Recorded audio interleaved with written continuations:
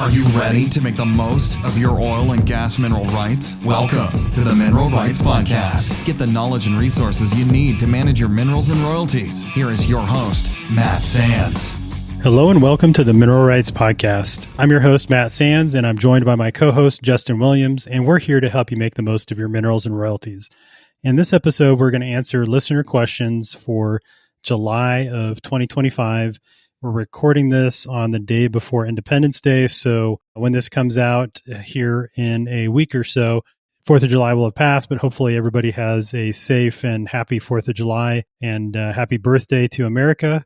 And with that, Justin, let's dive into this month's questions. Let's do it. Yeah, so we've got listener questions here that kind of cover the gamut of the typical questions we hear with different flair. So our first one here is from Gene. Gene says, how can I find the descriptions of producing oil and gas units in Texas? Division orders that were issued many years ago describe units that no longer exist, even though the wells are still producing or newer wells have taken their place. And she goes on to say, just discovered the podcast. So Matt, this can be a tricky one and can really be confusing sometimes when you get these old division orders. But there's a bit more work to determine here. We got to, is the lease still active? And then from there, if things are still active, you're kind of just looking at the current information. Yeah, exactly. And, she specifically was saying that she's looking for the location covered by the unit, the total acres, et cetera. So, there's, I guess, a couple different things that I would do. And I would say probably the easiest way to go about it is to go to the Texas Railroad Commission GIS site. So that map interface. And we actually have a video, which we'll drop a link in the show notes to, or you can go to my YouTube channel, just Google Matt Sands Mineral Rights YouTube. And then I have a series that we've done on how to navigate the various state oil and gas commission websites, with Texas being the Texas Railroad Commission is the entity that governs or regulates oil and gas production in that state. So once you go on to that website, you find your well or wells. If you click on that well, there'll be a link you'll see listed there under the well information. One of them will say oil and gas imaged records for lease ID, and then it'll list I think it's a 5-digit lease ID for that unit. And so usually when you have wells that are part of a unit, they have the same lease ID or lease number for all of those wells. So you can notice that as you click on the different wells that you are getting paid on or that you're have an interest in or in that area, you'll notice that they may or may not be part of the same unit. And so if you click on any of those wells, usually within that unit, you'll pull up the image records for that lease ID, and you'll see all of the scanned documents over time since the beginning, from when with a well permit, usually you'll find a copy of that, especially if it was prior to when they started digitizing those. So say pre-early 2000s. In order to find the drilling permit, you'll have to go to the scanned images there. When you click on that link, just a couple of things, you'll see oftentimes well logs in there. So it'll say well log information. Sometimes something that says well log will actually include some of those other documents. So you just have to click through. It's a PDF file. You can view it there directly on your web browser. Once you click on to that next level, when it pulls up the screen of all the image documents, you just have to click through them one by one until you find what you're looking for. And once you do, you can save it to your computer. This is something we'll talk about here in a little bit with some of these other questions about how to organize your documents. But, once you find that piece of information, to keep it at the tip of your fingers, really helpful to save it on your computer and where to find it in the future. But when you look at those documents, you'll see a well plat for that unit. And so that'll show the boundary of all of those wells that are included in the area and all the leases that are part of that and the acreage. And one thing to note is as wells get plugged over time or new wells get added, those lease boundaries and that lease acreage or that unit acreage may expand and contract. And so what was originally proposed on the well permit may not necessarily be what you're getting paid on today. And so you may have to go and do a little bit of digging to see over time, have they made any filings to adjust the unit size? So that's one thing to keep in mind. But if you do the digging through those files, you'll be able to see where the location's covered by the unit and the total acreage included within the unit. Another place, so Justin, I guess, have you gone through this process first of all, and what other tips do you have in terms of finding that information? I think you covered it really well, Matt. I think step one is going back and figuring out exactly what the legal land description is that's covered so that you can go on and do the remainder of the information. But all of those resources are really the best place to go. And as you do this process, be sure and collect these, as Matt mentioned there. But yeah, this information should be easy to find on the new information. Once you understand exactly what it is that you owned, you could figure out the production that's going on currently. Yeah, absolutely. And if all else fails, contact the owner relations department for the current operator of that unit, and they should be able to tell you the current acreage that's included and maybe provide a map or a plat of those wells and the legal descriptions of all the tracts that are included. Also, check the county clerk and recorder's website. Sometimes they will have recorded the unit agreement, and so that in that document often will actually list the tracts and the percentage and the breakdown of how much your acreage is contributing to that unit. And you can see from that decimal that they say, or that fraction, you can use that to help figure out what your decimal interest in those wells should be. And again, it gets very specific to that unit. So all of that is kind of that combination of information with the permit, the well plat. Ideally, if you can get a copy of that unit operating agreement, that'll have even more information like the individual tract breakdowns, which sometimes can be found in the county clerk website. So good luck, Gene, and hopefully you were able to find what you're looking for. All right, Matt. So our next one here is from Cole. Cole says, recently watched your video on how to forecast your monthly royalty check on YouTube, and I have a question if you have time. The database you're using, he's referring to Well Database, has different volume values that are shown on my statements for previous months. I realize this isn't a huge issue given we are looking for future values and those are primarily based off of the decline curve, but why might they be different? He also asked Well Database, so he's waiting for a response there. Yeah, thanks, Cole. That's a great question. In terms of the volumes that are reported to the state and then subsequently reported in Well Database, because Well Database and all these other third-party tools, basically they just go and scrape the data from the state database and serve it to you on their proprietary, interface or whatever. But it should be the same volumes, assuming that that's correct and that Well Database has the correct information for the wells you're looking at. Then the reason for that would be because what is shown on your royalty check are the gross sales volumes. So in other words, how much oil or gas or natural gas liquids were sold in that given month. Now, that may vary from what was produced depending on how that well is configured, what that well pad looks like. So, for example, if your well produces into a tank battery, so the oil and everything goes into the tank, and then a truck comes and offloads the oil from the tank into the truck and then, goes through a meter and it's sold, then what you get paid on is what's actually sold and transported and, taken to the refinery or whatever. There may be some oil left over in the tanks until that oil actually goes through a meter and gets sold. That won't get reflected on your royalty check. And so you may have a small difference between the volumes that are shown up as the sold volume for that month versus the production volume. And the state oil and gas websites have that, the disposition, it's called, in the Texas Railroad Commission website.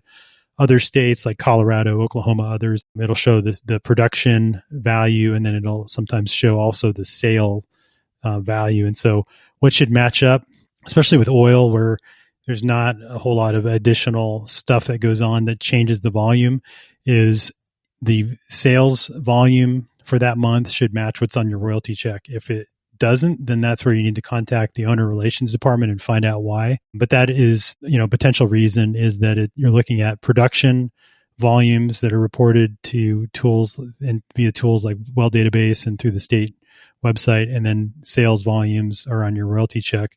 Now, the thing that you also get is other situations where natural gas, for example, there may be a very large difference between the volume reported on the state website and what's on your royalty check, because what's shown up on your royalty check is after that gas goes through a gas plant. And especially if it is a rich gas, it has a lot of natural gas liquids present. They'll separate those out, sell those as plant products or natural gas liquids, and you should have a line item for that on your royalty check. And then the residual gas or dry gas that's left over will show up on your royalty check, and that'll be a much smaller number than what is showing on the State Oil and Gas Commission website because of what's called gas shrinkage. In other words, there's a total volume of gas that includes large chain hydrocarbons, like larger chain hydrocarbons. Natural gas is mostly methane, which is kind of a lighter one. Propane, butane, ethane, those things are called natural gas liquids. And when those are stripped out, the gas volume shrinks down. And so you have to kind of tie that all back, and it becomes very difficult and complex to do that. Most cases, what you would want to check from a gas perspective, if you have really wet gas or rich gas that has a lot of natural gas liquids, you want to make sure the value that you were paid in a given month is at least or greater than what the raw or wet gas volume that was reported to the state, multiplied by the BTU factor, which oftentimes will be listed on the state website as well for that month, and then multiply by the gas price for that month. And you can look up the Henry Hub gas price, and then you can figure out what any price differential may be between Henry Hub and what you should get paid locally in your market. A little bit complicated, but it is something where you can at least get a baseline of, did I get paid the correct value? And it should be more, because natural gas liquids are more valuable than natural gas itself.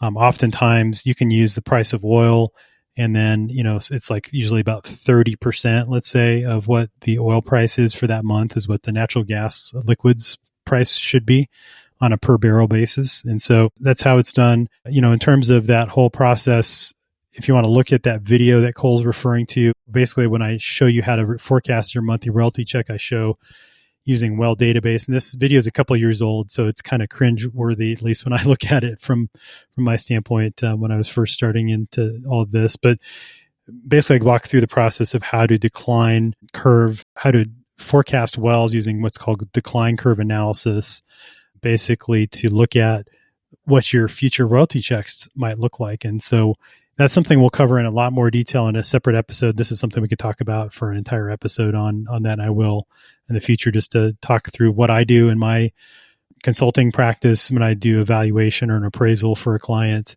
It's very much looking at the historical data, forecasting what the future is going to be for those existing wells, or creating decline or type curves for new wells that might get drilled to predict what the production would look like there. But yeah, it's a very helpful process that we use on that side of things to help put value on these types of assets, as well as to help forecast, from a tax planning perspective. You want to know, hey, what are my estimated taxes going to be next year, so I can make sure I'm saving the right amount and holding it aside for tax purposes. That's something we can do. Obviously, you don't know what commodity prices are going to do, but you can get a range or get a high level value to give you a ballpark number. But yeah, that's how and why those numbers might be different, Cole. But yeah, hopefully that's helpful.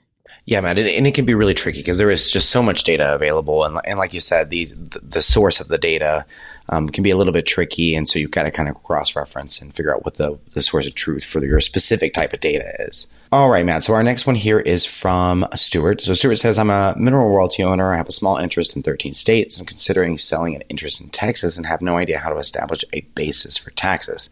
In addition, I need to value the non-producing minerals for estate planning. So Matt, really this is two questions. The first one being how to establish a basis for taxes so that you can sell the property. And then when it comes to non-producing minerals, that's a whole different question in valuing them. Yeah, absolutely. And this, Stuart, this is something where there's a very specific process for establishing a basis for tax purposes, and the IRS outlines this.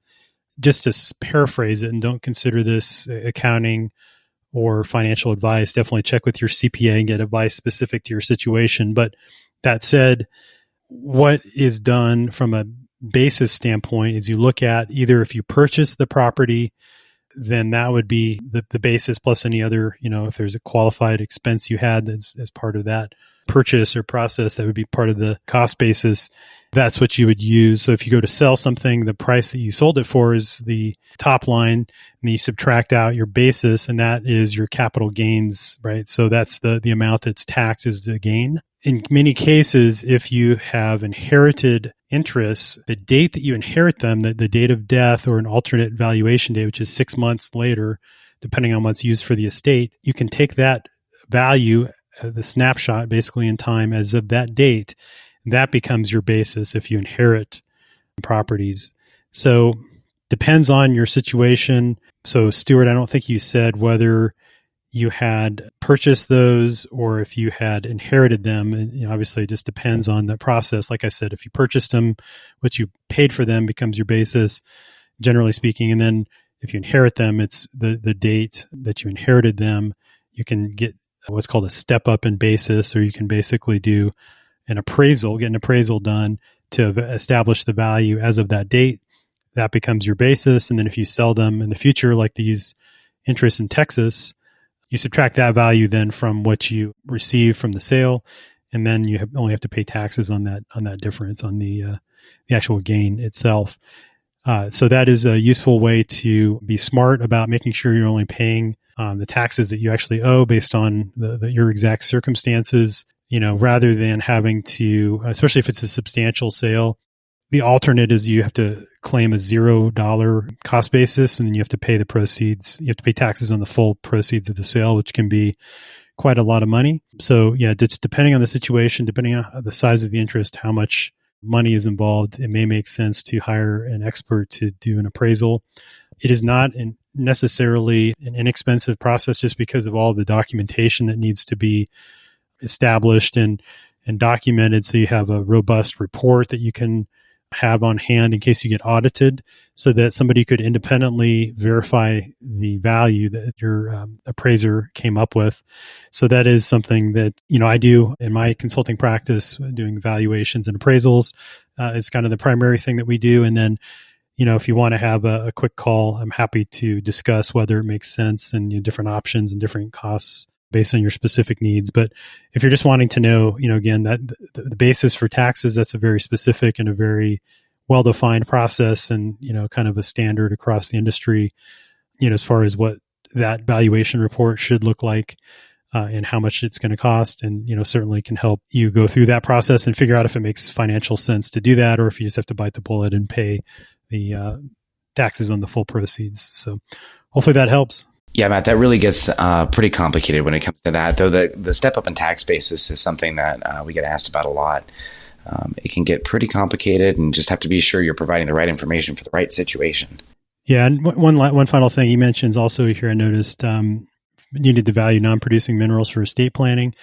Similar process for that. You do it on present day though value. So you're looking at, snapshot today.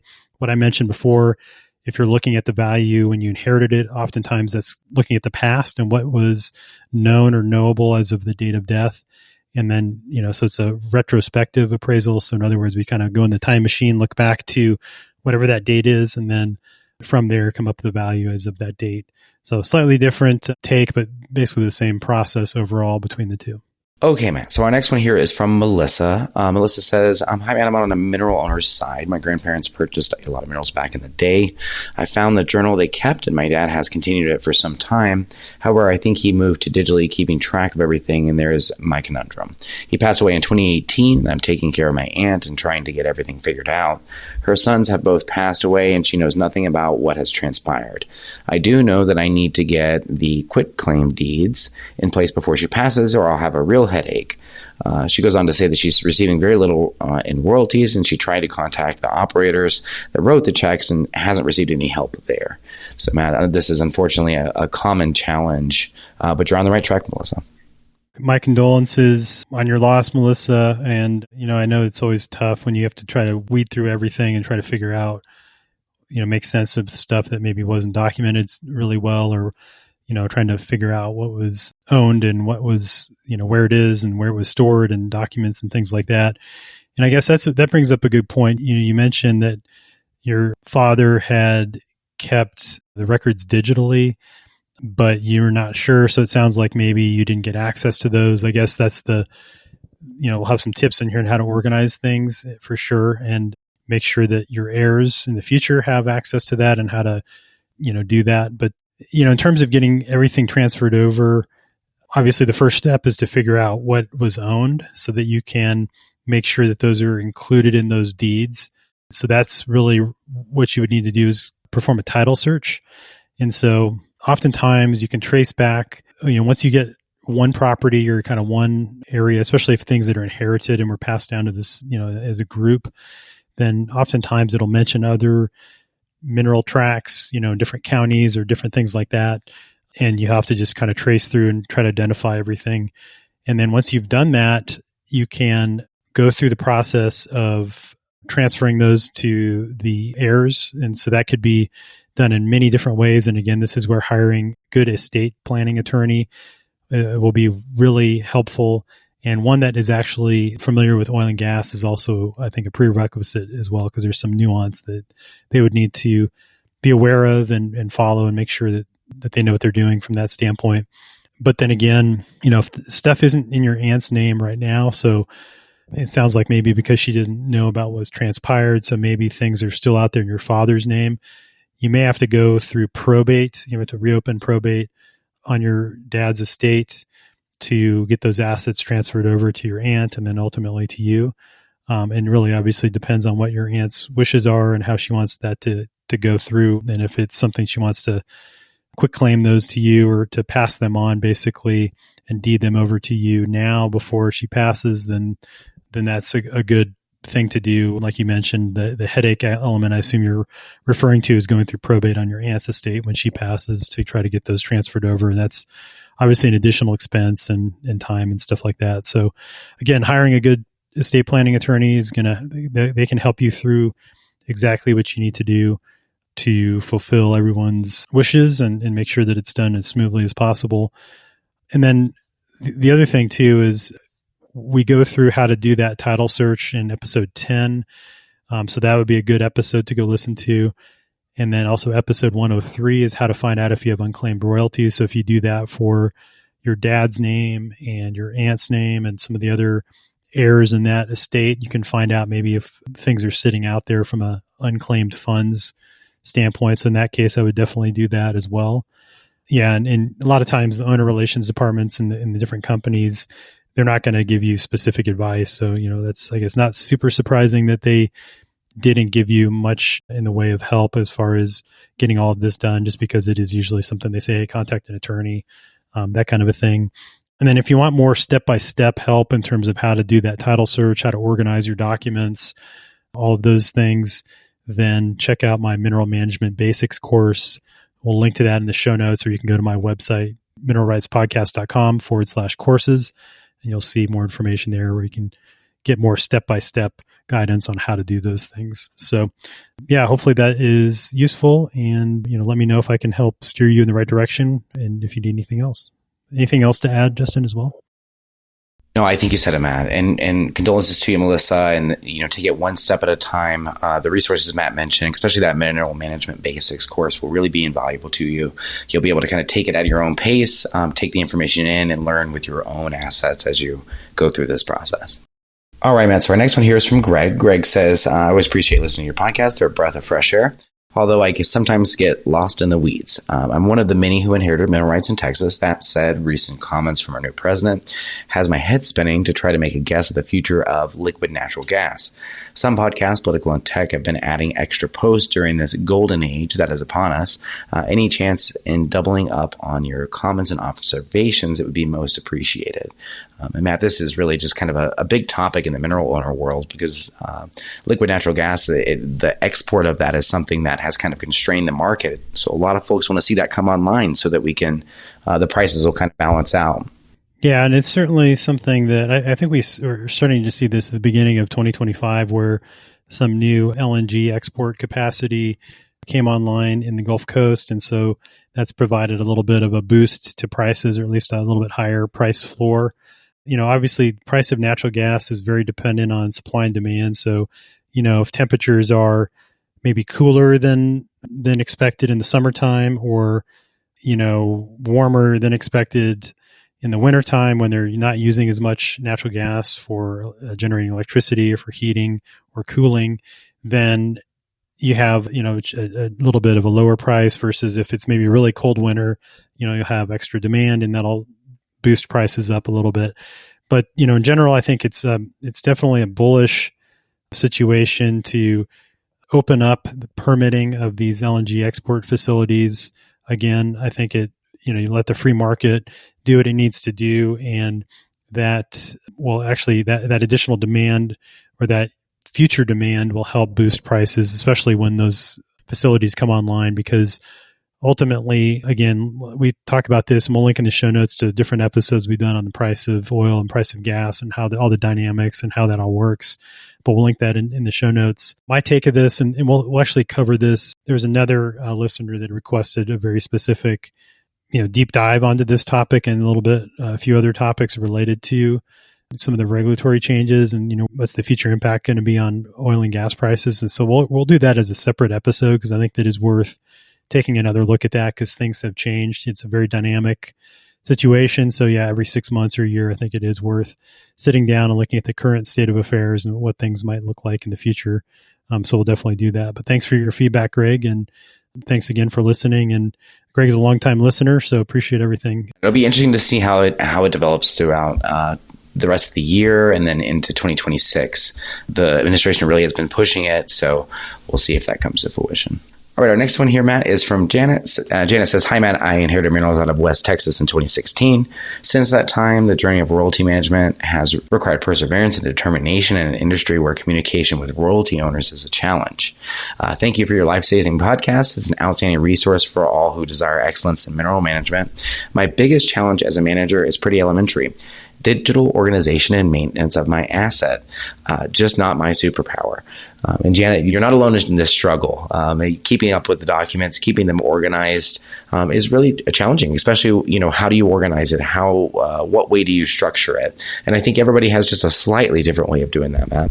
Yeah, absolutely. And there's definitely a personal preference aspect to it, whether you like to keep those files in physical form in like a file cabinet and organized a certain way, or if you want to do it digitally and scan everything, put it on your computer in a certain way. There's a whole episode or a couple episodes that we've actually done on this very topic. Episode 274 is the first one that I would recommend. Protect your legacy, smart estate document storage. And so we talk through some different ways to do that and to also communicate this to your heirs so that they know that that information's out there. Like we referred to with the earlier question where, wasn't, really something that was communicated. It might be digital, but then, if you don't know the password to your parents' computer or whatever, then maybe it's like, as good as not being able to access it. But there's, definitely some great resources out there.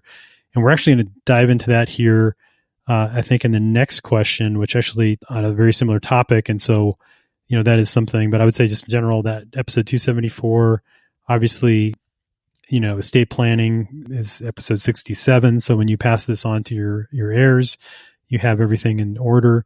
And so that is definitely those two episodes, episode 67 and episode 274 would be two that I would recommend. Yeah, you said it, man. And I think, being consistent really is the key here. Just make sure you can work your system and be consistent in keeping the documents. I know early on, I spent far too much time looking up the same documents because I wasn't keeping them. And it saves a lot of time in the end. So our next one here is from CJ, and CJ replied to one of Matt's weekly email newsletters that he sends out, and you can sign up for that at the Mineral Rights Podcast. They have some really great information in them and kind of keeps us up to date on what's going on. So yeah, CJ in her email, she says, meanwhile, in an online forum, it was Yahoo Finance, Blackstone Minerals Board. A man in West Virginia recommended Narrow. So yesterday she viewed the website. She said, glad to see you're the current president. So I am the current president. This is 2025. Justin is also on the board as the Rocky Mountain chapter president. So yeah, Narrow, she's referring to the National Association of Royalty Owners. It's an amazing resource.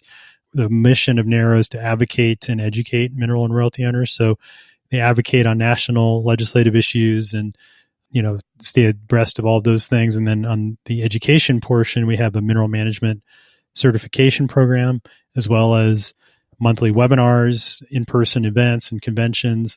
So definitely check that out. You can go to naro-us.org to find out more information. We'll put a link in the show notes as well. But so yeah, that was something that she mentioned. And then also she noted that there was a podcast regarding how to find our mineral deeds. My royalties are from the early 80s. I'm clueless as to where the deeds/assignments are. How can I access that podcast? And then her objective, she said, is for the interest in my name, deeding or assigning to the next generation in my family. So thanks very much. Have a great day and week, CJ. So thanks for your email, CJ. Yeah, that's a very common and important need, is to find your deeds, right? To find out what you own. That's the first step. And the way you do that is by performing what's called a title search. And we cover that in episode 10, in terms of how to search the county records for deeds and assignment documents and making copies of all of those things, and how to organize them in what's called a run sheet, which is sort of a chronological listing or spreadsheet of all those documents. And so there's more information there, and you can download a template that I put together, a free run sheet template. Again, just go to that How to Perform a Title Search website to find the link for that. And we'll also drop a link in the show notes to this episode. Justin, what are some of the other resources you direct CJ to? I think taking a look at the title search, the county courthouse system provided by Enverus is really great for looking those up. And the Mineral Management Basics course. I think folks, if they would just go through the course, kind of go along with the course and work with their properties as they're trying to learn, it helps a lot. I found as we were going through it that you really build upon the information. So the first time you're just kind of blindly going through it, but as you go through, you start to kind of build upon it when it's relevant to your information. So good luck, CJ, and thanks for listening, and thanks for reading the emails. Yeah, thanks, CJ. And then, a couple other things I would say from a deeding or assigning to the next generation. Check out episode 67, which is estate planning. And that was with attorney Ben Kinney, who talks about that. And then we have episode 274, which is, again, protect your legacy, smart document, estate document storage. And again, the title search, how to organize documents, how to find your interests on a map, to figure out the oil and gas potential, how to search for missing royalties. All of that is part of the Mineral Management Basics online course. If that is something you'd want more step-by-step instruction on, go check that out. So thanks.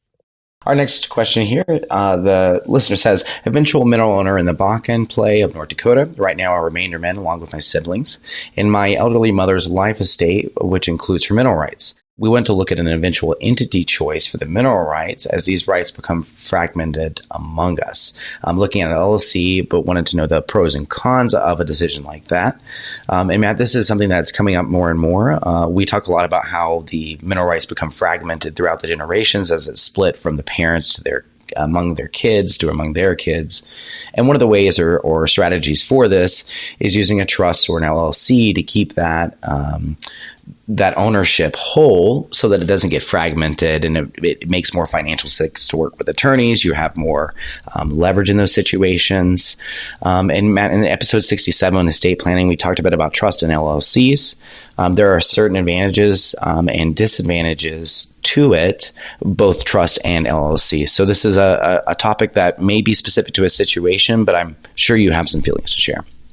No, that's exactly right. I think that's where I would start, is episode 67, then also episode 85, where we talked with attorney Richard Winblad.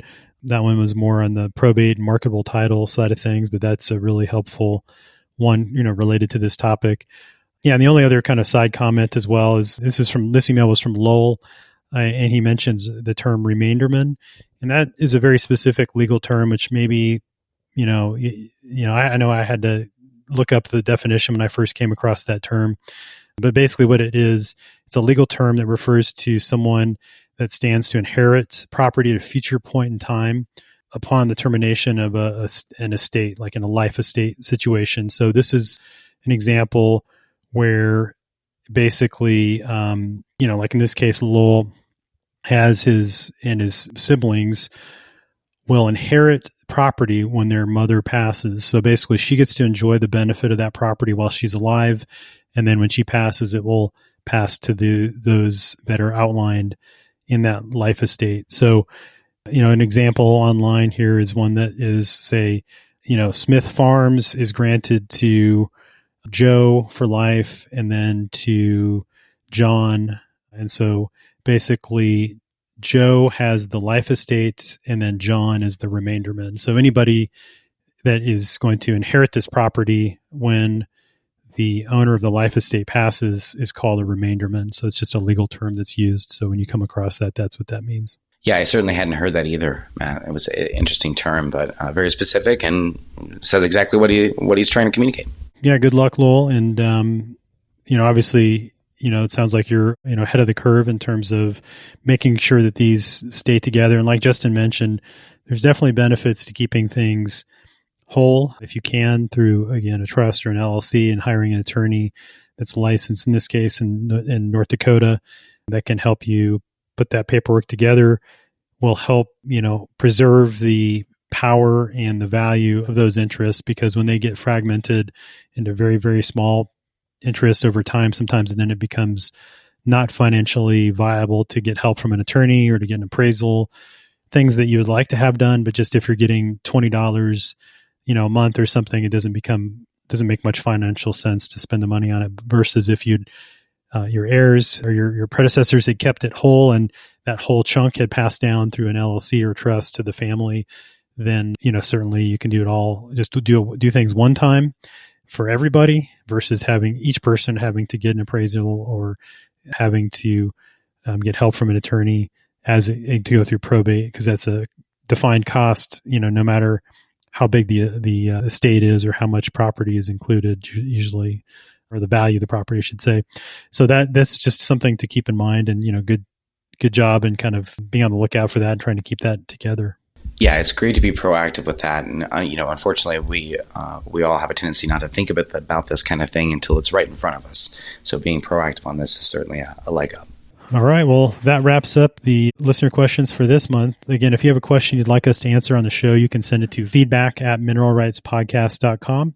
And again, go to the website, mineralrightspodcast.com, and look for the show notes for all the links that we mentioned in the episode. So thanks again for listening. Thanks, Justin. Thanks, Matt. Thanks so much for listening to the Mineral Rights Podcast with your host, Matt Sands. Don't forget to subscribe and share at mineralrightspodcast.com. The Mineral Rights Podcast should not be construed as investment, legal, or tax advice. All information is believed to be from reliable sources. However, we make no representation as to its completeness or accuracy.